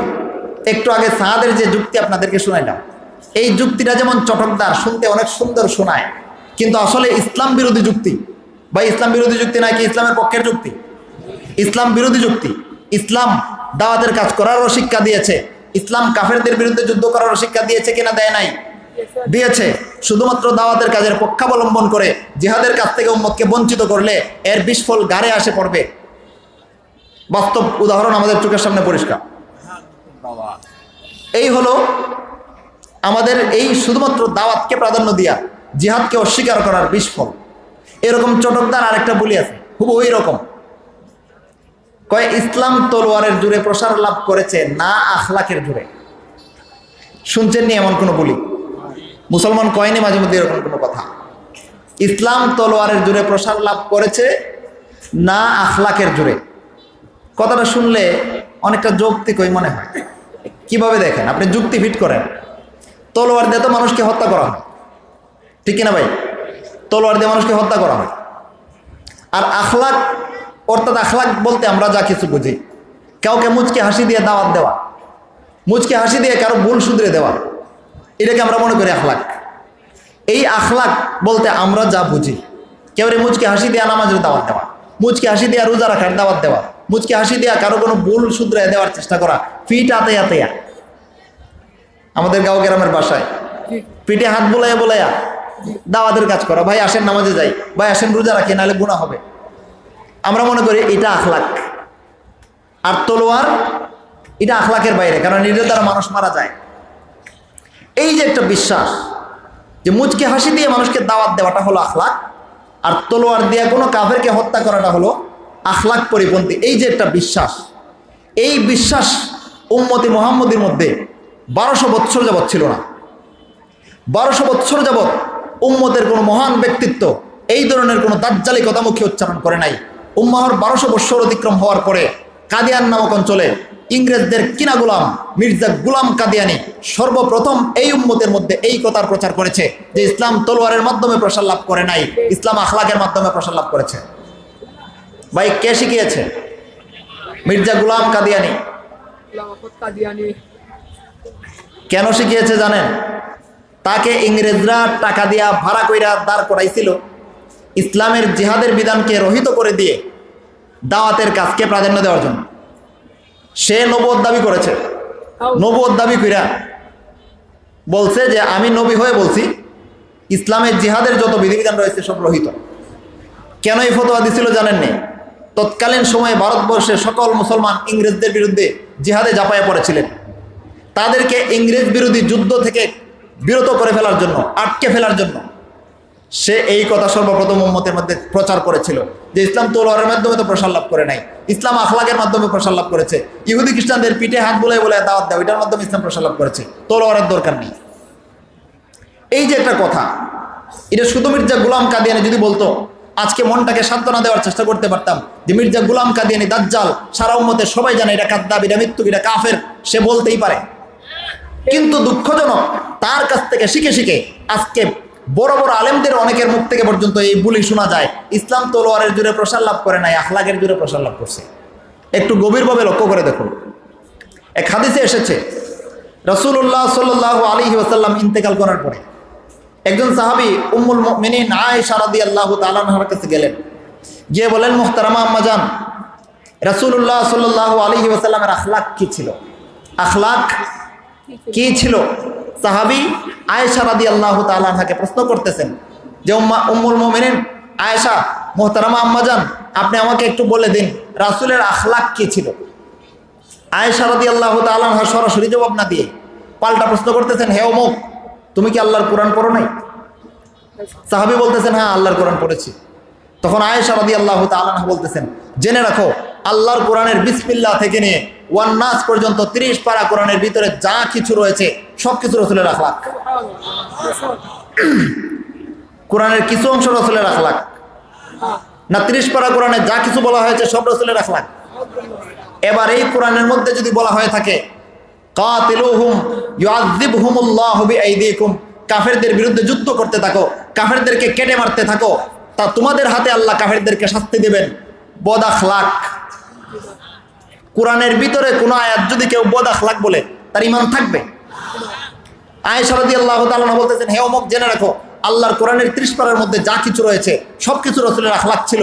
মুসলমান ভাইকে ভুল সূত্রে দেওয়া, এটা যেমন রাসূলের আখলাক ছিল। কাফেরদের প্রতি কঠোরতা করা, এটাও রাসূলের আখলাক ছিল। আজকে আমাদের মধ্যে বুলি শিখানো হয়েছে। ইসলাম তলোয়ারের জোরে প্রসার লাভ করেছে না আখলাকের জোরে। তলোয়ারকে আখলাক থেকে আলাদা করে ফেলা হলো কিনা? আপনাকে যদি আমি জিজ্ঞেস করি, ভাই হবিগঞ্জে যাবেন না সিলেটে যাবেন? হবিগঞ্জ আর সিলেট কি তাইলে এক জিনিস হইল না? দুই জায়গা। যদি জিজ্ঞেস করা হয় তলোয়ারের জোরে প্রসার লাভ করেছে না আখলাকের জোরে, বোঝা গেল আখলাক এক জিনিস আর তলোয়ার আরেক জিনিস। যদি এই বিশ্বাস কোনো মুসলমান জেনে বুঝে পোষণ করে, সে মুরতাদ ছাড়া আর কিছু হতে পারবে না। কারণ কাফেরদের বিরুদ্ধে যুদ্ধ করার শিক্ষা যদি আল্লাহ কোরআনে আলোচনা না করতেন, তাহলে বলা যেত যে তলোয়ার বদ আখলাকের বিষয়। মদিনার 10টা বছর যদি রাসূল কাফেরদের বিরুদ্ধে যুদ্ধ না করতেন, তাহলে বলা যেত যে তলোয়ার হাতে নেওয়াটাই বদ আখলাক। কিন্তু আপনাকে যদি এই কথা বিশ্বাস করতে হয় যে না, রাসূল জীবনে কোনো একদিনও বদ আখলাকি করেন নাই, রাসূলের 23 বছরের গোটা নবুয়তের জীবনীটা যেরকমভাবে আখলাক ছিল, অনুরূপভাবে নবুয়তের আগের 40টা বছরও রাসূলের আখলাকি জীবন ছিল, তাহলে রাসূলের গোটা জীবনীটাই আখলাক ছিল। মক্কার 13 বছরের জীবনটা যেমন আখলাক ছিল, মদিনার 10 বছরের জীবনও আখলাক ছিল। তাহলে তলোয়ার আখলাকের ভিতরে না বাইরে? ভিতরে। যেই দাজ্জালরা বলবে যে আখলাক থেকে তলোয়ার বাইরে, এই দাজ্জালরা মুরতাদ। এই মুরতাদ মার্কা বলি আজকে মুসলমানদের মধ্যে মির্জা গোলাম কাদিয়ানি মার্কা কিছু লোক প্রচার করেছে। আর দাওয়াতের লাইনে কাজ করতে গিয়ে আমরা দাওয়াতকে প্রাধান্য দিতে গিয়া, জিহাদকে হেয় করিয়া, মাদানী জীবনকে তাচ্ছিল্য করিয়া, মক্কি জীবনকে প্রাধান্য দিতে গিয়া আমরা বলি এটা হলো দাওয়াতের যুগ, মক্কার জীবনের যুগ, এখানে মাদানী জীবনের কোনো আমল করার সুযোগ নেই। তাইলে হজ করেন কেন? হজ তো মদিনার জীবনে সাব্যস্ত হয়েছে, হজের বিধান তো আল্লাহ মদিনার জীবনে দিয়েছেন। হজ করেন কেন? ভাই মক্কি জীবনের ইসলাম পূর্ণাঙ্গ ইসলাম না আদা ইসলাম? আদা ইসলাম। আল্লাহ কি আদা ইসলাম অনুসরণ করতে বলেছেন না পূর্ণাঙ্গ ইসলামের অনুসরণ করতে বলেছেন? ইয়া আইয়ুহাল্লাযীনা আমানু উদখুলু ফিস সিলমি কাফা, হে ঈমানদারগণ তোমরা পরিপূর্ণভাবে ইসলামে প্রবেশ করো। আমরা পরিপূর্ণভাবে ইসলামে প্রবেশ করতে রাজি না। আমরা রাসূলের মক্কি জীবন নিয়ে যুগের পর যুগ ধরে বসে থাকবো, আর মাদানী জীবন থেকে যুগের পর যুগ ধরে হাত গোটায় বসে থাকবো। কোন ইসলামের শিক্ষা ছিল? এই অপশিক্ষা যারা আজকে জাতিকে যুগের পর যুগ দিয়ে চলেছে, মক্কি জীবনের দোহাই দিয়া রাসূলের মাদানী জীবন থেকে মানুষকে যারা পঙ্গু করেছে, আজকে তারা কাফেরদের বিরুদ্ধে যুদ্ধ থেকে যুক্তি দিয়া মুসলমানকে ফেরায়, কিন্তু নিজেরাই মারামারি করে। কেমন কথা হলো এটা? বলতেছিলাম আনুষঙ্গিক কথা, মূল আলোচনায় যাই। আল্লাহ বলেছেন, হে ঈমানদারগণ তোমরা বেশি বেশি ধারণা করা থেকে দূরে থাকো। আর এর কারণ হলো বেশ কিছু ধারণা গুনাহের কারণ হয়ে থাকে। এরপরে আল্লাহ বলেছেন ওয়ালা তাজাসসাসু, সাবধান তোমরা গোয়েন্দাগিরি করো না। একজন আরেকজনের পিছনে গোয়েন্দাগিরি করো না। একে অপরের বিরুদ্ধে দুষ্কৃতার জন্য লেগে থেকো না। একজন মুসলমান আরেকজন মুসলমানকে দুশ্মন বানায় না। কুনু ইবাদাল্লাহি ইখওয়ানা, রাসূল হাদিসে বলেছেন তোমরা একজন আরেকজন মুসলমান ভাই ভাই হয়ে যাও। আল্লাহ সূরা হুজুরাতের 11 নম্বর আয়াতে বলেছেন ইন্নামাল মুমিনুনা ইখওয়া, নিশ্চয়ই মুমিনরা পরস্পরে ভাই ভাই। ভাই মুমিনরা পরস্পরে ভাই ভাই না শত্রু? ভাই ভাই। তারপরে দেখেন আল্লাহ বলতেছেন ওয়ালা ইয়াগতাব বা'দুকুম বা'দা, তোমরা একজন আরেকজনের গীবত করবে না। আমরা একটু আগে আলোচনা করতেছিলাম যে এতগুলো পাপের আলোচনা আল্লাহ একটু আগে করলেন, শেষে গীবতের উদাহরণ দিলেন যে সাবধান তোমরা যদি কেউ কারো গীবত করো তাহলে জেনে রাখো একজন মুসলমান আরেকজন মুসলমানের শরীর থেকে, মৃত ভাইয়ের শরীর থেকে গোশত ছিঁড়ে খাওয়া যেরকমভাবে ঘৃণিত একটা অপরাধ, অনুরূপভাবে গীবত করা তেমন অপরাধ। আমরা আলোচনা করতেছিলাম গীবতের ব্যাপারে আল্লাহ এত কঠোর উদাহরণ কেন দিলেন। কারণ গীবতের দ্বারা মুসলিম ভ্রাতৃত্ব নষ্ট হয়, গীবতের দ্বারা মুসলমানদের পারস্পরিক সম্পর্ক নষ্ট হয়, গীবতের দ্বারা মুসলমানদের ভ্রাতৃত্বের ঘনিষ্ঠতা নষ্ট হয়, গীবতের দ্বারা মুসলমানদের মধ্যে শত্রুতার সৃষ্টি হয়, গীবতের কারণেই মুসলমানে মারামারি লাগে। ঠিক কিনা ভাই? এবার আসেন, তাইলে বোঝা গেল গীবতটাই বড় অন্যায় না। গীবতটা এত বড় অন্যায় আল্লাহ বলতেছেন আরেকটা বড় অন্যায় থেকে বেঁচে থাকার জন্য। গীবতের চেয়ে আরো বড় অন্যায় কোনটা? মুসলিম ভ্রাতৃত্ব নষ্ট করা। ঠিক কিনা ভাই? মুসলিম ভ্রাতৃত্বের বন্ধন নষ্ট হয় বলে আল্লাহ গীবতের ব্যাপারে এত কঠোর উদাহরণ এনেছেন। বোঝা গেল গীবতটাই মহা অন্যায় না, বরং এর চেয়ে আরো কঠোর একটা বড় অন্যায় রয়েছে। সেইটা কোনটা? যেই মুসলিম ভ্রাতৃত্বের বন্ধন গীবতের কারণে নষ্ট হয়, সেই মুসলিম ভ্রাতৃত্বের বন্ধন সংরক্ষণ করা প্রত্যেকটা মুসলমানের ঈমানি দায়িত্ব, ভঙ্গ করা বেঈমানের কাজ। এই কারণেই গীবতের আয়াতের আলোচনার আগে 11 নম্বর আয়াতে আল্লাহ বলেছেন ইন্নামাল মুমিনুনা ইখওয়া, সাবধান মুমিনগণ, জেনে রাখো, একজন মুমিন আরেকজন মুমিন পরস্পরে ভাই ভাই। যদি কোনো সময় দ্বন্দ্ব হয়ে যায়, মতানৈক্য হয়ে যায়, ফাসলিহু বাইনা আখাওয়াইকুম, তোমরা পরস্পরে ভাই ভাইয়ের মধ্যে সমাধান করে নাও। আল্লাহ বলেছেন ভাই ভাইয়ের মধ্যে সমাধান করে নিতে। রাসূল হাদিসে বলেছেন কুনু ইবাদাল্লাহি ইখওয়ানা, তোমরা এক আল্লাহর বান্দা হিসেবে ভাই ভাই হয়ে যাও। তাহলে একজন মুমিন আরেকজন মুমিনের ভাই না শত্রু? ভাই। যা কিছু মুমিনের ভ্রাতৃত্বের বন্ধন নষ্ট করবে সেটাই অপরাধ হবে। গীবতের মাধ্যমে যদি একজন মুমিন আরেকজন মুমিনের ভ্রাতৃত্ব নষ্ট হয় তাহলে গীবতটাই মহা অপরাধ। একজন আরেকজনের বিরুদ্ধে গোয়েন্দাগিরি করলে যদি মুমিনের ভ্রাতৃত্ব নষ্ট হয় তাহলে একজন আরেকজন এর পিছনে গোয়েন্দাগিরি করাটাই বড় অন্যায়, জঘন্য অন্যায়। একজন মুসলমান আরেকজন মুসলমানকে অপবাদ দিলে যদি মুসলিম ভ্রাতৃত্বের বন্ধন নষ্ট হয় তাহলে একজন মুসলমান আরেকজন মুসলমানকে অপবাদ দেওয়াটাই ভ্রাতৃত্ব নষ্ট হওয়ার সবচেয়ে বড় কারণ। ঠিক কিনা ভাই? বোঝা গেল, একজন মুসলমান আরেকজন মুসলমানের দুশ্চর্চা করা, একজন মুসলমান আরেকজন মুসলমানের অপবাদ দেওয়া, একজন মুসলমান আরেকজন মুসলমানের পিছনে লেগে থাকা দুষ্কৃতার জন্য একজন মুসলমান আরেকজন মুসলমানকে অন্যায়ভাবে দোষী সাব্যস্ত করার যে চেষ্টা করা হয়, এটাকে যে আল্লাহ জঘন্য অন্যায় বলতেছেন, কোন কারণে? এই বিষয়গুলো মুসলিম ভ্রাতৃত্বের বন্ধন নষ্ট করে বলে। ঠিক কিনা ভাই? তাহলে বোঝা গেল গীবত করাটাও মুসলিম ভ্রাতৃত্বের বন্ধন নষ্ট করার চেয়ে বড় অপরাধ নয়। গোয়েন্দাগিরি করাটাও মুসলিম ভ্রাতৃত্বের বন্ধন নষ্ট করার চেয়ে বড় অপরাধ নয়। অপবাদ দেওয়াটাও মুসলিম ভ্রাতৃত্বের বন্ধন নষ্ট করার চেয়ে বড় অন্যায় নয়। বরং এই সমস্ত অন্যায়ের কারণে সবচেয়ে বড় যে ক্ষতিটা মুসলমানদের উপর আসে সেটা হলো মুসলিম ভ্রাতৃত্বের বন্ধন নষ্ট হয়ে যায়। বোঝা গেল গীবতটাই বড় অন্যায় না, এর চেয়ে আরো বড় অন্যায় আছে? মুসলিম ভ্রাতৃত্বের বন্ধন যেন নষ্ট না হয় এই শিক্ষা মুমিনের মধ্যে আল্লাহ তাআলা দেওয়ার জন্য আল্লাহ এতগুলো কথা বলেছেন। একজন আরেকজনকে মন্দ ধারণা করো না, একজন আরেকজনের পিছনে লেগে থেকো না, একজন আরেকজনের পিছনে গোয়েন্দাগিরি করো না, একজন আরেকজনের গীবত করো না। এই সবগুলো কথার মূল উদ্দেশ্য হলো সাবধান মুসলমান, জেনে রাখো, যদি গীবত গাও মুসলিম ভ্রাতৃত্বের বন্ধন নষ্ট হবে, যদি অপবাদ দাও মুসলিম ভ্রাতৃত্বের বন্ধন নষ্ট হবে, যদি একজন মুসলমান আরেকজনের পিছনে গোয়েন্দাগিরি করো মুসলিম ভ্রাতৃত্বের বন্ধন নষ্ট হবে। বোঝা গেল গীবতের চেয়ে আরো বড় অন্যায়, আরো জঘন্য অন্যায় মুসলিম ভ্রাতৃত্বের বন্ধন নষ্ট করা। ঠিক কিনা ভাই? এবার আসেন, এই কারণেই বলতেছিলাম যে গীবতটাই আজকের আমাদের মূল আলোচ্য বিষয় না, বরং গীবতকে আল্লাহ এত বড় হারাম কেন করলেন ওই কারণটা আজকের মূল আলোচ্য বিষয়। এই কারণেই আপনাদের সামনে আমি যখন খুতবা পাঠ করেছিলাম সেখানে একটা হাদিস পাঠ করেছিলাম। রাসূল বলেছেন আল মুসলিমুন কারাজুলিন ওয়াহিদ, সারা পৃথিবীর সবগুলো মুসলমান একটা শরীরের মতো। সময় শেষ হয়ে গেল।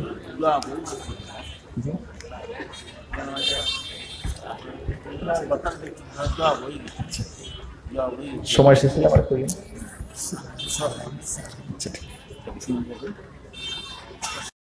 ভয়াবহ পরিণাম হলো জাহান্নাম। মনে আছে তো ভাই? এবার আসেন দুনিয়ার জীবনে গীবতের ভয়াবহ পরিণাম কি। দুনিয়ার জীবনে একজন মুসলমান যদি আরেকজন মুসলমানের গীবত করে, একজন মুসলমান যদি আরেকজন মুসলমানকে অপবাদ দেয়, একজন মুসলমান যদি আরেকজন মুসলমানের দুঃসন্বেষণের জন্য তার পিছনে লেগে থাকে, এই অন্যায়গুলোর মাধ্যমে মুসলমানদের ভ্রাতৃত্ববোধ নষ্ট হয়, মুসলমানদের পারস্পরিক সৌহার্দ্য নষ্ট হয়, মুসলমানদের পারস্পরিক বন্ধন নষ্ট হয়। এই কারণে গীবতের ব্যাপারে আল্লাহ এত কঠোর হুঁশিয়ারি উচ্চারণ করেছেন যে সাবধান মুমিনগণ, তোমরা যদি একজন আরেকজনের গীবত করো তাহলে জেনে রাখো এটা একজন মুসলমান আরেকজন মুসলমান মৃত ভাইয়ের শরীর থেকে গুস্ত ছিঁড়ে খাওয়ার চেয়ে আরো জঘন্য অপরাধ। এই গীবতকে আল্লাহ এত বড় অপরাধ কেন বললেন? কারণ হলো এই গীবত মুসলিম ভ্রাতৃত্ব নষ্ট করে। বলতেছিলাম আমরা যেই আয়াত সূরাতুল হুজুরাতের আলোচনা করেছি, এই আয়াত হলো সূরা হুজুরাতের 12 নম্বর আয়াত। আল্লাহ বলেছেন ইয়া আইয়ুহাল্লাযীনা আমানু ইজতানিবু কাসীরাম মিনায-যন্ন ইন্না বা'দায-যন্নি ইসমুন। আল্লাহ বলেছেন হে ইমানদারগণ, তোমরা অধিক অধিক ধারণা করা থেকে বিরত থাকো, কেননা কিছু ধারণা গুনাহের কারণ হয়। কিছু ধারণা কের কারণ হয় ভাই? গুনাহের কারণ হয়। তারপরে আল্লাহ বলতেছেন ওয়ালা তাজাসসু, তোমরা একজন আরেকজনের বিরুদ্ধে গোয়েন্দাগিরি করো না।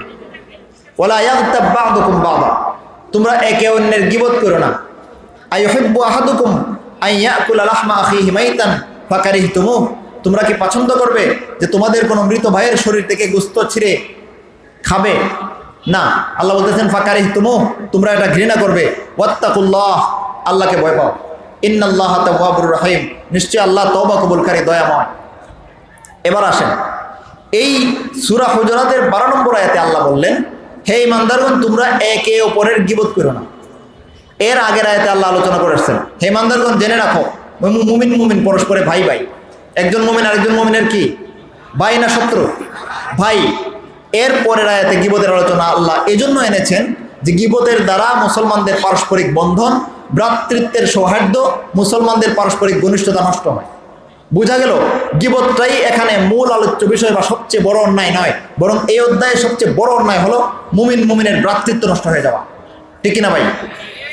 বলতেছিলাম গীবতের দুইটা পরিণাম, একটা আখেরাতে আর একটা দুনিয়াতে। আখেরাতের পরিণাম সম্পর্কে আমরা জানতে পারলাম জাহান্নামের ভয়াবহ আযাব শাস্তি, আর দুনিয়ার জীবনের পরিণাম সম্পর্কে আমরা বুঝতে পারলাম যে গীবত যারা করবে এই গীবতের কারণে মুসলিম ভ্রাতৃত্বের বন্ধন ক্ষতিগ্রস্ত হবে বা নষ্ট হবে। এর কারণে মুসলমানদের মধ্যে দুশ্মনী শত্রুতা তৈরি হবে, মুসলমানদের মধ্যে মারামারি তৈরি হবে, মুসলমানদের মধ্যে কাটাকাটি তৈরি হবে। এই সবগুলো থেকে বেঁচে থাকতে হলে গীবতের মতো মহা অন্যায়কে পরিহার করা ছাড়া বিকল্প নেই। বোঝা গেল গীবতটাই বড় অন্যায় না মুসলমানদের পারস্পরিক ভ্রাতৃত্ব নষ্ট করা বড় অন্যায়? ভাই বুঝে থাকলে বলুন, গীবতটা বড় অন্যায় নাকি গীবতের কারণে যেই মুসলিম ভ্রাতৃত্ব নষ্ট হয় সেই মুসলিম ভ্রাতৃত্ব নষ্ট করা বড় অন্যায়? মুসলিম ভ্রাতৃত্ব নষ্ট করা বড় অন্যায়। গীবতটা এর চেয়ে অনেক ছোট অপরাধ। গীবতের কারণে মুসলিম ভ্রাতৃত্ব নষ্ট হয় বলে গীবতকে আল্লাহ এত কঠোর ভাষায় নিন্দা করেছেন। এবার দেখেন, যেই মুসলিম ভ্রাতৃত্বের বন্ধনকে টিকায় রাখার জন্য আল্লাহ এত গুরুত্ব দিচ্ছেন, যেই মুসলিম ভ্রাতৃত্বের বন্ধন নষ্ট না হওয়ার জন্য আল্লাহ এতগুলো উপদেশ আমাদেরকে দিলেন। গোয়েন্দাগিরি করতে নিষেধ করলেন, একজন আরেকজনের পিছনে লেগে থাকতে নিষেধ করলেন, একজন আরেকজনকে মন্দ ধারণা করতে নিষেধ করলেন, একজন অপরজনের উপর অপবাদ দিতে নিষেধ করলেন, একজন আরেকজনের গীবত গাইতে নিষেধ করলেন। মূল কারণ কোনটা? সাবধান, এই সমস্ত অপরাধ করে তোমরা মুমিন মুমিনের পারস্পরিক ভ্রাতৃত্বের বন্ধন নষ্ট করো না। যেই জিনিসটাকে আল্লাহ গুরুত্ব দেওয়ার জন্য এতগুলো অন্যায় থেকে আমাদেরকে হেফাজত থাকতে বলেছেন, যেই মূল বিষয়টাকে গুরুত্বের সাথে প্রতিষ্ঠিত রাখার জন্য এতগুলো অপরাধ থেকে আল্লাহ আমাদেরকে সাবধান করলেন, সেই মূল বিষয়টার যে কি করুণ দশা আজকে আমাদের সমাজে একটু লক্ষ্য করে দেখুন। গীবত বড় অন্যায় না মুসলিম ভ্রাতৃত্বের বন্ধন নষ্ট করা বড় অন্যায়? বন্ধন নষ্ট করা বড় অন্যায়। এবার আসুন সামাজিক বাস্তবতায় আমরা একটু জরিপ করি, মুসলিম ভ্রাতৃত্বের বন্ধন কিভাবে নষ্ট হয়। রাসূল হাদিসে বলেছেন, আল মুসলিমুন কা রাজুলিন ওয়াহিদ, সারা পৃথিবীর সবগুলো মুসলমান একটা শরীরের মতো। ইনিস্তাকা আইনহু ইস্তাকা কুল্লু, একজন মুসলমানের, একজন মানুষের শরীরে একটা চক্ষু যদি আঘাতপ্রাপ্ত হয় তাহলে তার সারা শরীরটা আঘাতপ্রাপ্ত হয়ে ওঠে। তারপরে রাসূল বলতেছেন, ইনিস্তাকা রাসুহু ইস্তাকা কুল্লু, একজন মানুষের শরীরের মাথা যদি আঘাতপ্রাপ্ত হয় তাহলে এই মাথার আঘাতের কারণে গোটা শরীর ব্যতীত হয়ে ওঠে। ঠিক কিনা ভাই? আপনি মাথায় একটা আঘাত খাইছেন, সেই মাথার ব্যথার কারণে শরীরটা এত খারাপ হয়ে গেছে যে জ্বর উঠে গেছে, হয় কিনা? এবং প্রচণ্ড মাথা ব্যথার কারণে অনেক সময় জ্বর উঠে যায়, অনেক সময় শরীরে কাঁপুনি আসে, অনেক সময় মানুষ জ্ঞান হারায় প্রচণ্ড মাথা ব্যথার কারণে। ব্যথা তো মাথায়, কিন্তু শরীর অজ্ঞান হয়ে পড়েছে। কি জন্য? মাথা এই শরীরের অঙ্গ। ঠিক কিনা ভাই? একজন মানুষ একটা চোখে আঘাত পেয়েছে, কাজ করতে গিয়ে কোথা থেকে একটা জিনিস উড়ে এসে চোখে গেঁথে গেছে। মনে করেন একটা চোখ তার এদিকে ছিদ্র হয়ে গেছে, চোখের থেকে রক্ত পড়তেছে। ডাক্তারের কাছে যাইতে হবে কিনা? যাইতে হবে। ডাক্তারের কাছে যাবে যে কি দিয়া হেঁটে যাবে?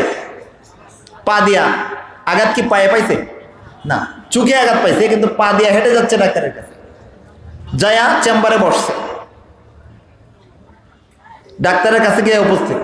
ডাক্তার বলল, আপনার কি সমস্যা? বলতেছে, আমি চোখে আঘাত পেয়েছি। এই যে চোখে আঘাত পাওয়ার কথা বলতেছে, কি দিয়া বলতেছে? মুখ দিয়া। মুখে কি আঘাত পাইছে? না, আঘাত পাইছে চোখে, কিন্তু মুখে আঘাতের কথা বলতেছে। ডাক্তার জিজ্ঞেস করতেছে, কোন চোখে আঘাত পাইছেন? হাত দিয়া দেখাইতেছে, এই চোখে আঘাত পাইছে। হাতে কি আঘাত পাইছে? না, চোখে। কিন্তু হাত ব্যবহার করতেছে চোখের আঘাতটা দেখানোর জন্য।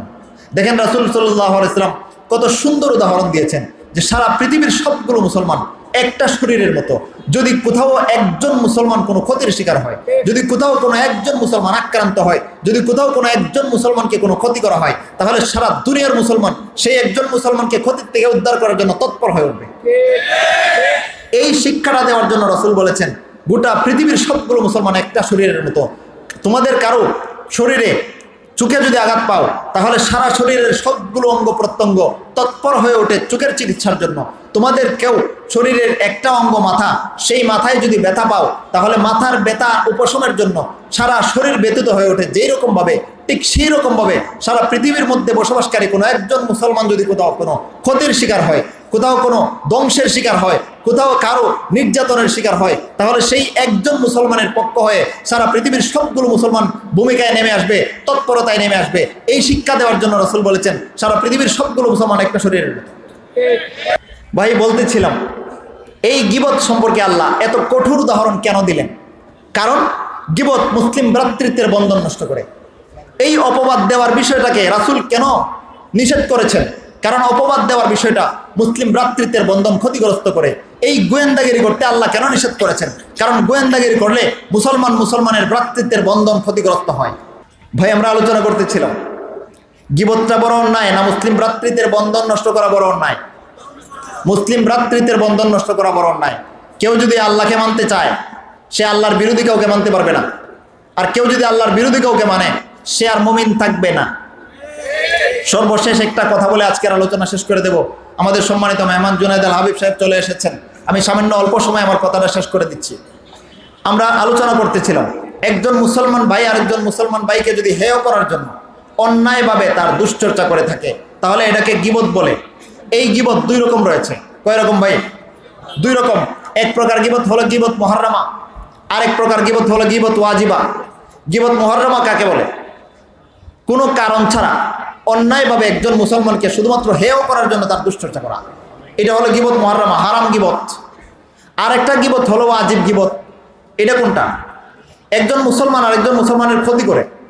যেমন ধরেন ডাকাত মানুষের সম্পদ নষ্ট করে, মানুষের জানও নষ্ট করে, ঠিক কিনা ভাই? আজকে আমাদের সম্মানিত মেহমান চলে এসেছেন, এই কারণে আলোচনা এখানেই গুটিয়ে ফেলছি। ওয়া আখিরু দাওয়ানা আলহামদুলিল্লাহি রাব্বিল আলামিন।